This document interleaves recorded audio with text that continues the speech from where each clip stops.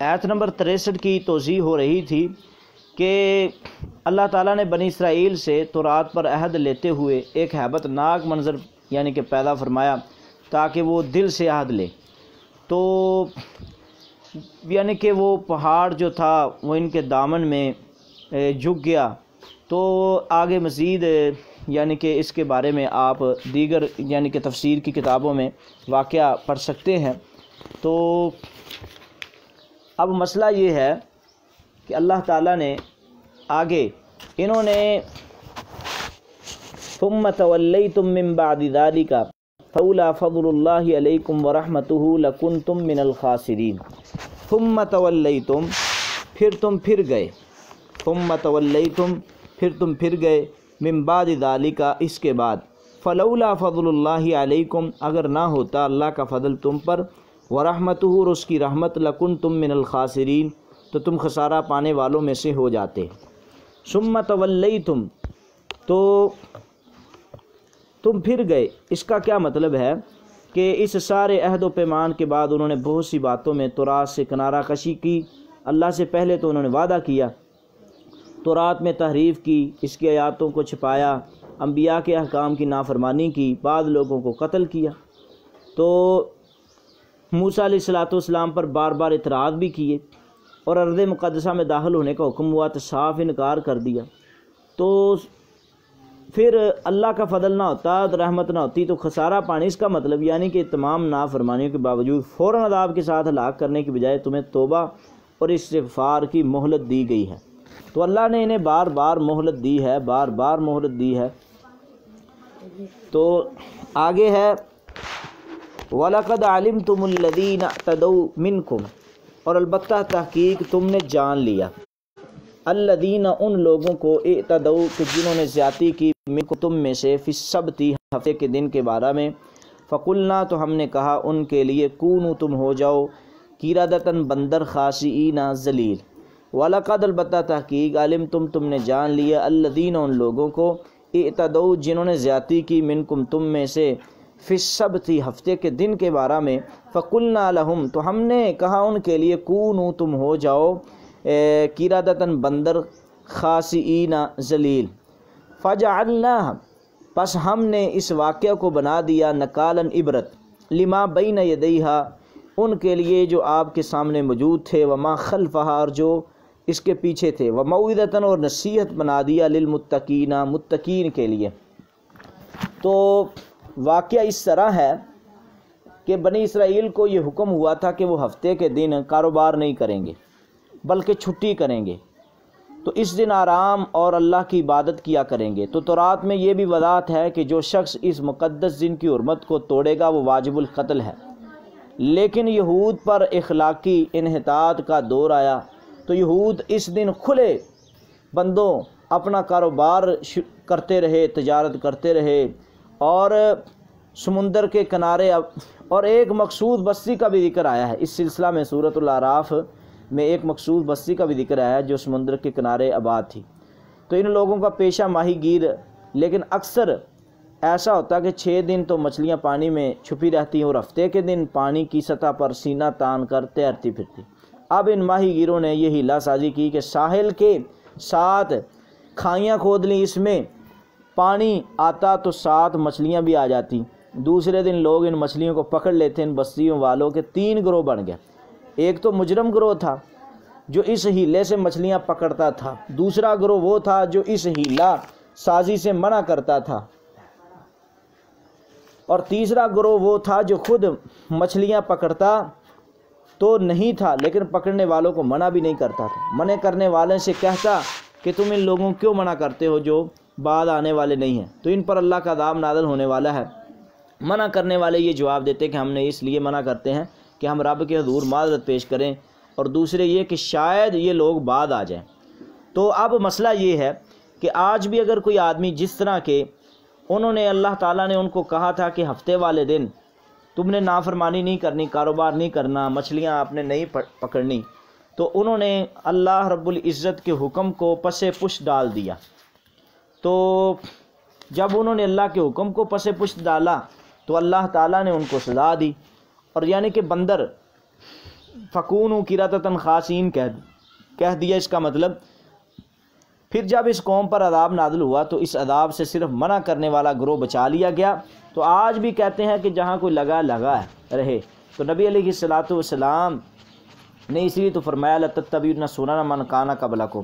البتہ تم ضرور بضرور پہلے لوگوں کے طریقوں پہ عمل کرو گے۔ تو آج بھی بعض لوگ یہود و نصارہ کے طریقے پر عمل کرتے ہیں، وہ نہ تو خود کسی کو نیکی کا حکم دیتے ہیں اور نہ کسی کو برائی سے روکتے ہیں، اور روکنے والوں کو کہتے ہیں کہ جہاں کوئی لگا رہے۔ تو یہی طریقہ کار ان لوگوں کا تھا، اور یہ ان لوگوں کا رد ہو رہا ہے کہ جو کہتے ہیں کہ جہاں کوئی لگا رہے، ہر آدمی نے اپنا حساب دینا ہے۔ تو تبلیغ کا بھی حکم ہے، اور تبلیغ کے کئی ایک طریقے ہیں۔ تو آگے اللہ تعالیٰ نے فرمایا فَجَعَلْنَاهَا، تو ہم نے اس واقعے کو بنا دیا عبرت، نَقَالًا لِمَا بَيْنَ يَدَيْهَا۔ تو مسئلہ یہ ہے کہ بندر بننے کی طویل کیا ہے؟ جب اس قوم پر عذاب نازل ہوا تو اس عذاب سے صرف منع کرنے والا گروہ بچایا گا، خاموش رہنے والے مجرم دونوں گروہوں پر اللہ کا عذاب ہوا، اور وہ عذاب یہ تھا کہ تم ذلیل خوار بندر بن جاؤ۔ اب معجزات کے منکر اور گندے آدمی کہتے ہیں کہ ان لوگوں کی عادات اور خصائل تو بندروں جیسی ہو گئی تھے، لیکن ان کی صورتیں مسخ نہیں ہوئی تھی۔ ان لوگوں کا بھی رد ہو رہا ہے۔ وہ کیسے؟ یہ تو جی اس لحاظ سے غلط ہے، ایک تو قرآن کے ظاہری الفاظ سے یہ گنجائش نہیں، دوسری ماں بعد کی ایس توجیہ و توثیق کی بجائے تردید کر رہی ہے، کیونکہ اگر ان کی شکلیں بد ستور انسانوں کی ہی رہیں تو وہ اس وقت کے موجودہ لوگوں اور پچھلے کے لیے سمانِ عبرت کیسے بن سکتے تھے؟ پرہیزگار ان سے کیا سبق لے سکتے تھے اگر ان کی شکلیں وہ یہ نہیں بنی؟ تو اب مسئلہ یہ ہے کہ حقیقت یہ ہے کہ وہ بالواقع بندر بن گئے تھے، اور ان کے دماغ وہی رہے، اور ان میں فہم و شعور انسانی موجود تھا۔ وہ ایک دوسرے کو پہچانتے اور ایک دوسرے کو یعنی کہ دیکھ کر روتے، مگر کلام نہیں کر سکتے تھے۔ پھر دن بعد سب مر گئے، اور یہ واقعہ سیدنا داؤد علیہ السلام کے دور میں پیش آیا ہے، اور اس کی تفسیر سورۃ الاعراف کی آیت نمبر 164 میں موجود ہے۔ اور اس پر یہ بات بھی، اس بات کا اضافہ بھی ہم کرنا چاہتے ہیں کہ آج بھی اگر کوئی آدمی اللہ تعالیٰ کے حکموں کو نہیں مانے گا تو اس کو بھی یہی سزا مل سکتی ہے۔ تو آگے بنی اسرائیل کا وہ واقعہ کہ جس کے نام پر ہی سورۃ بقرہ رکھی گئی ہے، وہ واقعہ آگے شروع ہوا چاہتا ہے۔ وَإِذْ قَالَ مُوسَىٰ لِقَوْمِهِ، اور جب کہا موسیٰ علیہ السلام نے اپنی قوم کے لیے، ان اللہ یامرکم، بے شک اللہ تعالیٰ تم کو حکم دیتا ہے، ان تذبحوا بقرہ، یہ کہ تم ذبح کرو ایک گائے۔ قالوا، تو انہوں نے کہا، تتخذونا ہزوا، کیا تو بناتا ہے ہمیں ہزوا مذاق؟ قال، تو موسیٰ علیہ السلام نے کہا، اعوذ باللہ ان اکون من الجاہلین، میں اللہ کی پناہ میں آتا ہوں اس بات سے کہ میں ہو جاؤں جاہلوں میں سے۔ وَإِذْ قَالَ مُوسَىٰ، اور جب کہا موسیٰ علیہ السلام نے اپنی قوم کے لیے، ان اللہ یامرکم، بے شک اللہ تعالیٰ تم کو حکم دیتا ہے، ان تذبحوا بقرہ، یہ کہ تم ذبح کرو گائے کو۔ قالوا، انہوں نے کہا، تتخذونا ہزوا، کیا تو ہم کو بناتا ہے مذاق؟ قال، اعوذ باللہ، میں پناہ پکڑتا ہوں اللہ کی، ان اکون من الجاہلین، یہ کہ میں ہو جاؤں جاہلوں میں سے۔ تو واقعہ کچھ اس طرح ہے کہ بنی اسرائیل میں ایک مالدار شخص مارا گیا، جسے اس کے بھتیجوں نے جنگل میں موقع پا کر قتل کیا، رات کے اندھیرے میں کسی دوسرے شخص کے مکان کے سامنے پھینک دیا، تو اس کے قاتل کا کچھ پتہ نہیں چلتا تھا۔ تو اللہ نے موسیٰ علیہ السلام کو وحی کی کہ اس قوم کو حکم دے کہ وہ ایک گائے ذبح کریں، تو پھر اس کے گوشت کا ایک ٹکڑا مقتول کی ناش پر مارے تو مقتول خود بخود بول دے گا اور زندہ ہو جائے گا۔ تو موسیٰ نے جب اپنی قوم کو اللہ کا حکم سنایا، وہ کہنے لگے، کیا ہم سے دل لگی کرتا ہے؟ یعنی کہ مذاق۔ گائے کو ذبح کرنے کا حکم دراصل بنی اسرائیل کی دکھتی رگ پر ہاتھ رکھنے کے مترادف تھا، کیونکہ گائے کی وہ عبادت کرتے تھے، اور حتیٰ کہ انہیں یقین نہیں تھا کہ اس طرح کی گائے کا ٹکڑا لگانے سے مردہ یعنی کہ بول پڑے گا۔ تو وہ بار بار سوال کرتے رہے، اور یہاں تک کہ جتنی انہوں نے پابندیاں لگائیں، ان میں ایک حکمت مفسرین نے یہ بھی بیان کیا کہ جس طرح وہ بار بار سوال کرتے رہے، ایک تو ہے کہ ویسے ہی بار بار سوال کرنے کی وجہ سے آدمی پھنس جاتا ہے، اور دوسرا یہ تھا کہ گائے کی پوجا ہوتی تھی، اور خاص کر اس گائے کی پوجا ہوتی تھی کہ جو اللہ نے آگے نشانیاں بیان کی ہیں تو اللہ تعالیٰ ان کے ہاتھوں ذبح کروانا چاہتا تھا، اور وہ معاملے میں پھنس بھی چکے تھے، کیونکہ جنہوں نے قتل کیا تھا وہ اپنے آپ کو چھپانا بھی چاہتے تھے، تو اللہ تعالیٰ ان کا بھی اظہار کرنا چاہتا تھا۔ اور اس کے ساتھ ساتھ کہ جس طرح وہ بار بار وہ گائے جو نشانیاں اللہ نے بیان کی ہیں وہ ایک بچے کے پاس تھی جو والدین کا بڑا ہی باادب تھا، بڑا احترام کرنے والا تھا۔ مثلا واقعہ اس طرح بیان کیا جاتا ہے کہ وہ پہلے گئے، انہوں نے کہا والد محترم آرام کر رہے ہیں، تو انہوں نے کہا بھی آپ گائے دے دے، اس کے مقابلے میں ایک اور 2 گائے لے لیں۔ انہوں نے کہا نہیں، والد محترم بیدار ہوں گے تو پھر میں دوں گا۔ تو پھر دوبارہ آئے، انہوں نے کہا آپ یہ ہمیں گائیں دے دیں، حتیٰ کہ اتنے وہ والد محترم کا اتنا ادب و احترام کہ اس نے بیدار نہیں کیا، اور بار بار وہ آتے رہے، اور یہاں تک مسئلہ پہنچ گیا کہ گائے کے مقابلے میں سونا دیا جائے۔ تو یہ واقعہ جب وہ گائے لے لی، پھر اس کو ذبح کیا گیا، ذبح کرنے کے بعد وہ مقتول کو خون لگایا گیا اور وہ مقتول زندہ ہو گیا، پھر اس نے بول کر بلایا، اور پھر اس کے بھتیجوں کو سزا ملی، ان کو قتل کیا گیا۔ تو یہ واقعہ آگے بیان ہو رہا ہے، تو اس کی تفصیل میں نے آپ کے سامنے پہلے ہی پیش کر دی ہے۔ تو آگے آپ صرف آیات کا ترجمہ سماعت فرمائیں کہ انہوں نے کون سی، بنی اسرائیلیوں نے وہ کون سی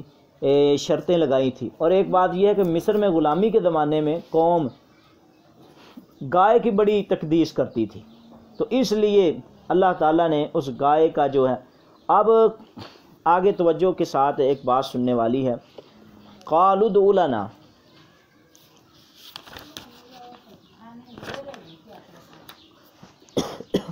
قالوا ادع لنا، انہوں نے کہا ادعو، تو دعا کر، لنا ہمارے لیے، ربک اپنے رب سے، یبین لنا یہ کہ وہ بیان کر دے ہمارے لیے، ما ہیا کہ وہ گائے کیسی ہے۔ قالت موسیٰ علیہ السلام نے کہا، انہ یقول، بلا شبہ اللہ تعالیٰ فرماتے ہیں، انہا بقرۃ، وہ ایک گائے ہے، ایسی گائے ہے، اس کی صفت یہ ہے کہ لا فارض، نہ وہ بوڑھی ہے، ولا بکر، نہ وہ جوان ہے، اوان بین ذالک، وہ اوسط عمر کی ہے، اور اس کے درمیان اس کی عمر ہے، ففعلوا ما تؤمرون، چنانچہ تم کرو جو تم حکم دیے جاتے ہو۔ قالوا، تو انہوں نے کہا ادعو، تو دعا کر، لنا ہمارے لیے، ربک اپنے رب سے، یبین لنا یہ کہ وہ بیان کر دے ہمارے لیے، ما لونہ ہے، اس کا رنگ کیسا ہے۔ قالا، تو موسیٰ نے کہا، انہو بے شک وہ اللہ، یقول فرماتا ہے، انہا بقرۃ بے شک وہ ایک گائے ہے، صفراء زرد رنگ کی، فاقع خوب گہرا ہے، لونہا اس کا رنگ، تسر الناظرین وہ خوش کرتی ہے دیکھنے والوں کو۔ قالوا، تو انہوں نے کہا ادعو، تو دعا کر، لنا ہمارے لیے، ربک اپنے رب سے، یبین لنا وہ بیان کرے ہمارے لیے، ما ہیا وہ کس قسم کی گائے ہیں، ان البقرہ بے شک وہ گائے، تشابہ علینا وہ ہم پر متشابہ ہو گئی ہے، وَإِنَّا اور بے شک ہم، انشاءاللہ اگر اللہ نے چاہا، لمہتدون البتہ ضرور بضرور ہدایت پائیں گے۔ قالا، تو موسیٰ علیہ السلام نے فرمایا، انہو بے شک وہ اللہ، یقول کہتے ہیں، انہا بلا شبہ وہ ایک گائے، لا ذلول نہیں ہے وہ محنت کرنے والی، تثیر الارض بذریعہ حل پھاڑتی ہو زمین کو، ولا تسقی الحرث اور نہیں وہ سیراب کرتی، الحرث کھیتی کو، مسلمۃ صحیح سلامت ہے، لا شیۃ فیہا نہیں ہے کوئی داغ دبا اس میں۔ قالوا انہوں نے کہا، الآن جئت بالحق اب تو حق لایا ہے، فذبحوہا انہوں نے اس گاؤں کو یعنی کہ ذبح کیا، وما کادوا یفعلون قریب تھا کہ وہ یہ کام کرتے۔ تو یہاں بقرہ پر جو تنوین ہے وہ اس سے ظاہر ہوتا ہے بھی کوئی بھی گائے ہو سکتی ہے، لیکن انہوں نے بار بار سوالات کیے، تو اللہ تعالیٰ نے پھر ان کے بار سوالات کرنے کی وجہ سے ان کو سزا دی ہے۔ تو آگے اللہ تعالیٰ فرماتے ہیں، وَإِذْ قَتَلْتُمْ نَفْسًا فَادَّارَأْتُمْ فِيهَا اور جب تم نے قتل کیا نفساً ایک نفس کو، فَادَّارَأْتُمْ فِيهَا اور تم نے جھگڑا کیا اس کے بابت، واللہ مخرج اور اللہ تعالیٰ ظاہر کرنے والا تھا، ما کنتم تکتمون جو تم چھپاتے تھے۔ تو یہ اس واقعے کی طرف اشارہ ہے کہ جب انہوں نے قتل کیا تھا تو وہ چھپانا چاہتے تھے، قتل جنہوں نے کیا انہوں نے دوسرے کی چھت پہ رکھ دیا، تو اللہ تعالیٰ بار کئی ایک چیزوں کا انکشاف اللہ کرنا چاہتے تھے اس واقعے کی بنا پر، تو بڑے ہی اس واقعے سے انکشاف ہوئے ہیں۔ یعنی کہ ایک تو یہ کہ بالکل اسی قسم کی یعنی کہ عبادت کی وہ پوجا کرتے تھے، وہ اللہ تعالیٰ شرک پر یعنی کہ قاری ضرب لگانا چاہتے تھے، اس طرح کی گائے ان سے ذبح کروائی۔ اور دوسرا کہ جس بات کو یہ لوگ چھپانا چاہتے تھے اللہ تعالیٰ نے اسے ظاہر کر دیا۔ اور تیسری بات انہیں یقین ہو گیا کہ اللہ تعالیٰ اتنے دنوں کے بعد اس لاش کو زندہ کر سکتا ہے، تو ہمیں اللہ دوبارہ بھی زندہ کر سکتا ہے۔ تو یہ ان لوگوں کا رد ہو گیا جو کہتے ہیں کہ اللہ دوبارہ زندہ نہیں کر سکتا۔ اور تیسری بات اس میں رد ہوا ان لوگوں کا جو معجزات کے منکر ہیں کہ اللہ تعالیٰ کی طرف سے یہ معجزہ ہے اور یہ نبی پر ظاہر ہوا ہے، تو یہ بالکل واقعہ صحیح ہے۔ تو بات کہ آگے اللہ تعالیٰ فرماتے ہیں فَقُلْنَا، ہم نے کہا، اِضْرِبُوا، تم مارو اس مردے کو، بِبَعْضِهَا، اس گائے کا ایک ٹکڑا، کَذَلِکَ، اسی طرح، یحیی اللہ، زندہ کرے گا اللہ تعالیٰ، الموتیٰ، مردے کو، وَیُرِیکُمْ، اور دکھاتا ہے وہ تم کو آیاتی، اپنی قدرت کی نشانیاں، لَعَلَّکُمْ تَعْقِلُونَ، تاکہ تم سمجھو۔ تو جب گائے ذبح کی گئی، اس گائے کا ایک خون کا یعنی کہ حصہ اس کے ساتھ لگایا گیا تو وہ مردہ زندہ ہو گیا، اور پھر اس نے بول کر بتایا کہ مجھے فلاں فلاں نے ذبح کیا ہے اور مجھے مارا ہے۔ تو اس طرح یہ وضاحت ہو گئی۔ تو آگے اللہ تعالیٰ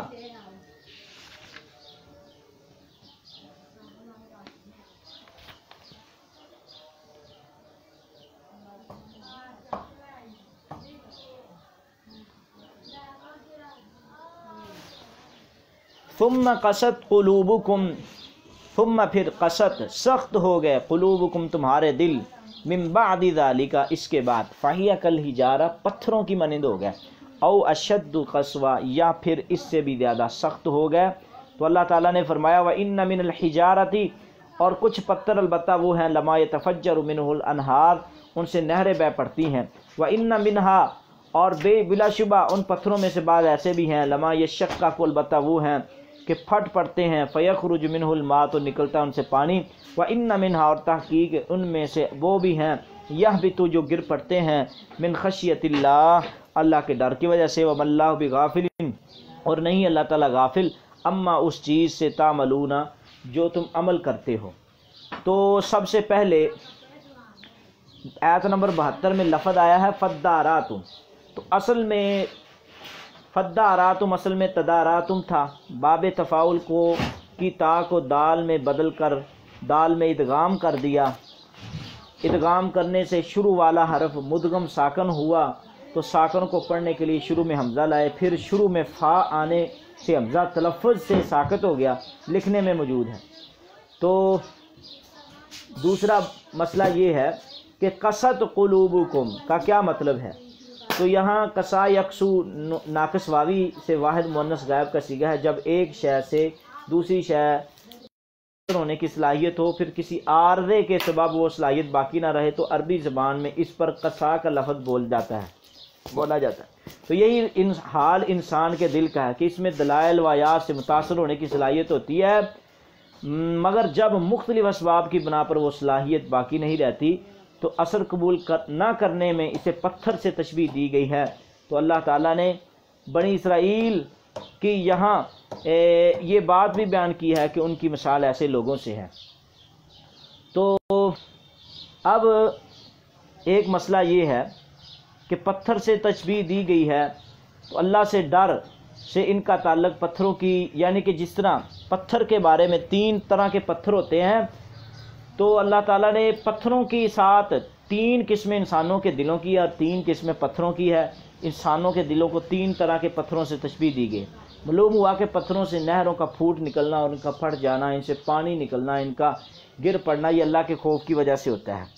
تو اگر کوئی کہے کہ پتھر تو بے جان چیزیں ہیں، وہ کیسے ڈرتے ہیں، تو جواب یہ ہے کہ اللہ تعالیٰ نے عقل والی مخلوقات کے علاوہ بھی ایک شعور اور فہم رکھا ہے، جس حقیقت کو وہی جانتا ہے۔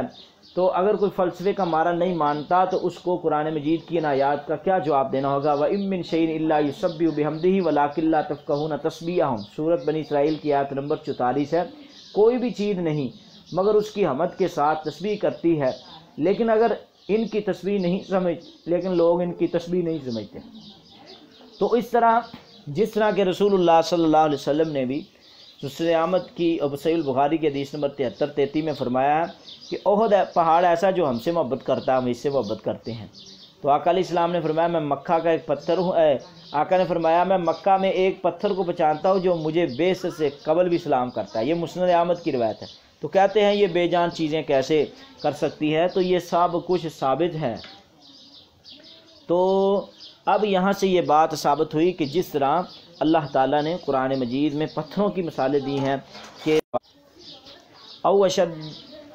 اشد قسوہ، یہ ان سے بھی زیادہ سخت ہیں۔ وَإِنَّ مِنَ الْحِجَارَةِ، تحقیق کچھ پتھر ایسے ہیں کہ لَمَا يَتَفَجَّرُ مِنُ الْأَنْهَارِ، ان سے نہریں پھوٹ پڑتی ہیں۔ یعنی کہ اس کا مطلب یہ ہے کہ پتھر ایک وہ ہے جو اللہ کی خشیت سے اس طرح روتے ہیں کہ جس طرح اس نہریں بہہ پڑتی ہیں۔ وَإِنَّ مِنْهَا لَمَا يَشَقَّقُ، اور ان میں سے وہ بھی ہیں جو فَيَخْرُجُ مِنْهُ الْمَاءُ، ان سے پانی یعنی کہ کم۔ وَإِنَّ مِنْهَا لَمَا يَهْبِطُ مِنْ خَشْيَةِ اللَّهِ، اور تیسرے قسم کے وہ پتھر ہیں جو اللہ کی خشیت سے ڈرتے ہیں۔ ایک کم روتے ہیں، پھر اس سے زیادہ، پھر اتنا، یعنی کہ وہ تیسرے کے ساتھ تشبیہ دی گئی ہے۔ تو آگے اللہ تعالیٰ فرماتے ہیں سورۃ البقرہ کی آیت نمبر 75 میں، افتطمعون، کیا پس تم لالچ رکھتے ہو، ان یؤمنوا لکم، یہ کہ وہ ایمان لائیں تمہارے ساتھ، وقد کان فریق منہم، اور ایک فریق ان میں سے، یسمعون کلام اللہ، وہ اللہ کی کلام کو سنتا ہے، ثم یحرفونہ، پھر اس کو بدل دیتا ہے، من بعد ما عقلوہ، حالانکہ سمجھنے کے بعد، وہم یعلمون، حالانکہ وہ جانتے بھی ہیں۔ تو اس آیت میں، آیت نمبر 75 میں یہ خطاب مسلمانوں سے ہے کہ یہود سے ایمان کی توقع رکھنا یہ بے سود بات ہے۔ ان کے پہلے بزرگ وہ بھی اسی طرح تحریف کرتے رہے ہیں۔ تو آگے وَإِذَا لَقُوا الَّذِينَ آمَنُوا، یہ لوگ جب ملتے ہیں ان لوگوں سے، آمنو جو ایمان لائے، قالوا تو کہتے ہیں آمنا، ہم ایمان لائے، وَإِذَا خَلَا بَعْضُهُمْ إِلَىٰ بَعْضٍ، اور جب علیحدہ ہوتا ہے نا ان کا بعض کی طرف، قالوا تو وہ کہتے ہیں اتحدثونہم، کیا تم بیان کرتے ہو ان سے، بما فتح اللہ، کہ کھولا ہے اللہ تعالیٰ نے، علیکم تم پر، لیحاجوکم بہ، تاکہ وہ غالب آ جائے تم پر، عند ربکم تمہارے رب کے پاس، افلا تعقلون، کیا پھر تم نہیں سمجھتے، وَإِذَا لَقُوا الَّذِينَ، اور جب ملتے ہیں الذین وہ لوگ، آمنوا جو ایمان لائے، قالوا تو کہتے آمنا، ہم بھی ایمان لائے، وَإِذَا خَلَا بَعْضُهُمْ إِلَىٰ بَعْضٍ، جب علیحدہ ہوتا ہے ان کا بعض کی طرف، قالوا وہ کہتے ہیں تحدثونہم، کیا تم بیان کرتے ہو، بما اس چیز کو فتح اللہ علیکم، کہ کھول دیا اللہ تعالیٰ نے تم پر، لیحاجوکم بہ، تاکہ وہ غالب آ جائے تم پر اس کے ساتھ، عند ربکم تمہارے رب کے ہاں، افلا تعقلون، کیا تم سمجھتے نہیں ہو۔ تو اس کا مطلب یہ ہے کہ یہود کی اخلاقی پستی اور اللہ تعالیٰ سے بے خوفی کا یہ عالم تھا کہ ان میں سے بعض لوگ جب مسلمانوں سے ملتے تو اپنے ایمان کا دعویٰ کرتے، اور نفاق یعنی کہ جس طرح منافق لوگ تھے، اور جب یہ آپس میں ہوتے تو ایک دوسرے کو ملامت کرتے کہ تم مسلمانوں کو وہ باتیں کیوں بتاتے ہیں جو اللہ نے تم کو بتائی ہے۔ تو یہ مسلمان آخرت میں اللہ کے پاس تمہاری دی ہوئی معلومات کی بنا پر تم پر حجت قائم کریں گے۔ تو یہ ان کی منافقوں والی علامتیں اللہ تعالیٰ نے بیان کی ہیں۔ آگے اللہ تعالیٰ نے فرمایا ہے وَمِنْهُمْ، اور ان میں سے، اولا یعلمون، کیا وہ نہیں جانتے کہ ان اللہ یعلم ما یسرون، کہ اللہ جانتا ہے جو وہ چھپاتے ہیں، وما یعلنون، جو وہ ظاہر کرتے ہیں۔ ان کا مطلب ان کا صحیح طریقے سے ایمان نہیں تھا۔ تو آگے فرمایا فویل للذین، چنانچہ ہلاکت ہے ان لوگوں کے لیے،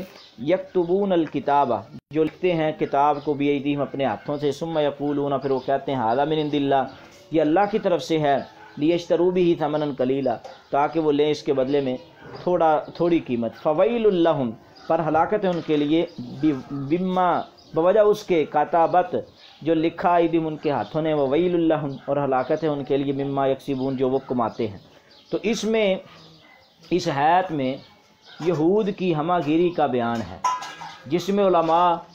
عوام سبھی مبتلا تھے، یعنی کہ ہم اللہ کے محبوب پیارے ہیں، بلکہ اس آیت میں تعلیم یافتہ طبقے کی حالت بیان کی ہے، وہ خود بھی گمراہ اور لوگوں کو بھی گمراہ کرتے تھے، اور قرآن و حدیث یعنی کہ معلومات ہونے کے باوجود بھی، ساری معلومات ہونے کے باوجود بھی ان کو پتہ بھی ہوتا تھا حق بات یہ ہے، لیکن صرف چند ٹکوں کی خاطر وہ حق بات کو چھپاتے۔ تو انہی کے بارے میں اللہ نے فرمایا وقالوا، اور انہوں نے کہا آگے سے، لن تمسنا النار الا ایاما معدودات، کہ ہرگز نہیں چھوئے گی آگ مگر چند دن، قل کہہ دیجیے اے نبی اتخذتم کیا تم نے لے لیا عند اللہ اللہ سے عہدن کوئی وعدہ فلن یخلف اللہ عہدہ کہ وہ ہرگز نہیں خلاف کرے گا اللہ تعالیٰ عہدہ اپنے وعدے کو ام تقولون علی اللہ یا تم کہتے ہو اللہ تعالیٰ پر ما وہ بات لا تعلمون جو تم جانتے ہی نہیں ہو۔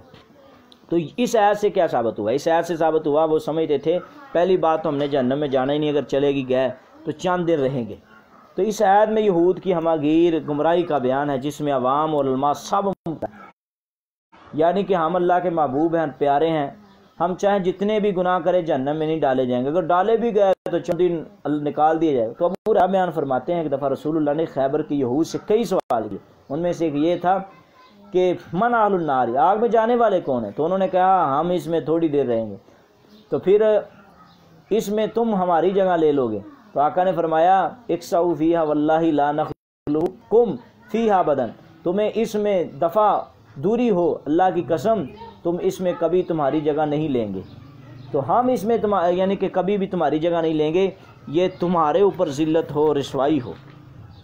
تو اس میں اس واقعہ میں اشارہ ہے کہ ابن عباس رضی اللہ تعالیٰ عنہ جس کی طرف اشارہ فرماتے ہیں رسول اللہ مدینہ میں تشریف لائے تو یہ کہا کرتے تھے کہ دنیا کی مدت صرف 7000 سال ہے، لوگوں کو دنیا کے 1000 کے بدلے میں آخرت صرف ایک دن عذاب ہوگا، یہ صرف 7 دن ہیں پھر عذاب ختم ہو جائے گا۔ تو اس پر اللہ نے آیت نازل فرمائی وقالوا لن تمسنا النار الا ایاما معدودات، تو کچھ یہ کہتے ہیں کہ جتنے دن ہم نے بچڑے کی عبادت کی اتنے دن رہیں گے۔ تو یہ چیزیں ہیں کہ ان لوگوں کی یہ گمراہی تھی کہ ہم جہنم میں نہیں جا سکتے۔ تو آگے اللہ نے فرمایا بلا من کسب سیئۃ، کیوں نہیں جس نے کمایا سیئۃً کوئی برائی، سیئۃً کی تنوین جو تنوین کے لیے نہیں بلکہ تعظیم کے لیے، اس لیے ترجمہ بڑی برائی مراد اس کفر سے وہ شرک ہے، یعنی کہ جو الذین آمنوا ولم یلبسوا ایمانہم بظلم میں بیان کیا گیا ہے۔ تو بلا من کسب کیوں نہیں جس نے بلا من کسب بلا کیوں نہیں جس نے کسب کمایا سیئۃً کوئی بڑائی وہاتت گھیر لیا بھی اس کو خطیئتہ اس کی برائی نے فاولئک اصحاب النار، یہی لوگ دوزخ والے ہیں، ہم فیہا خالدون اس میں ہمیشہ رہیں گے، والذین اور وہ لوگ آمنوا جو ایمان لائے وعملوا الصالحات اور نیک اعمال کیے، اولئک اصحاب الجنت یہی جنت والے ہیں، ہم فیہا خالدون اس میں ہمیشہ رہیں گے۔ خلاصہ یہ ہوا یعنی کہ آیت نمبر 82 تک اللہ تعالیٰ نے بنی اسرائیل کا واقعہ بیان کیا ہے جس میں اللہ تعالیٰ نے دوبارہ زندہ کرنے کا ایک واقعہ بیان کر دیا ہے اور قتل کی سزا قتل بتلا دی ہے اور بار بار سوال کرنے کا نقصان بیان کیا ہے۔ تو آگے بھی یہود و نصارہ کی گندی باتیں کہ انہوں نے کس طرح ان کے علماء باوجود وہ تورات و انجیل کے لکھنے جاننے کے باوجود لوگوں کو چند ایک ٹکوں کی خاطر گمراہی میں ڈال رہے ہیں، اور سب سے بڑی گمراہی جس طرح کہ آج بھی پاکستان میں بعض پیر وہ کہتے ہیں آپ ہماری بیعت ہو جاؤ آپ جہنم میں نہیں جاؤ گے، اگر چلے بھی گئے ہم تمہاری سفارش کریں گے۔ تو یہی عقیدہ ان کا تھا، یہی عقیدہ ہمارے آج کے پاکستانیوں کا ہے۔ تو یہ ان لوگوں کے عقیدے کا، پیروں مشیروں کے عقیدے کا اس میں رد ہو رہا ہے جو کہتے ہیں کہ کوئی نہیں چند جس نے کلمہ پڑھا اس نے جنت میں جانا ہی جانا ہے۔ اللہ کے بندو 3 باتیں ہیں ایمان کے ساتھ، ایمان بھی ضروری، تصدیق اور عمل چوارے، تو پھر ایمان مکمل ہوتا ہے۔ سیدھا سیدھا اقرار کے ساتھ بات نہیں ہوگی، یہ تو گمراہ لوگوں کا عقیدہ اس کا اس میں سے یعنی کہ رد ہو رہا ہے جنہوں نے کہا بھی کوئی مسئلہ نہیں ہے عمل کرتے جاؤ۔ یہ معتزلہ مرجئہ اور پاکستان کے بعد گمراہ صوفی لوگوں کا یہاں ان واقعات میں ان آیات میں رد ہو رہا ہے۔ تو اللہ تعالی ہمیں محفوظ فرمائے۔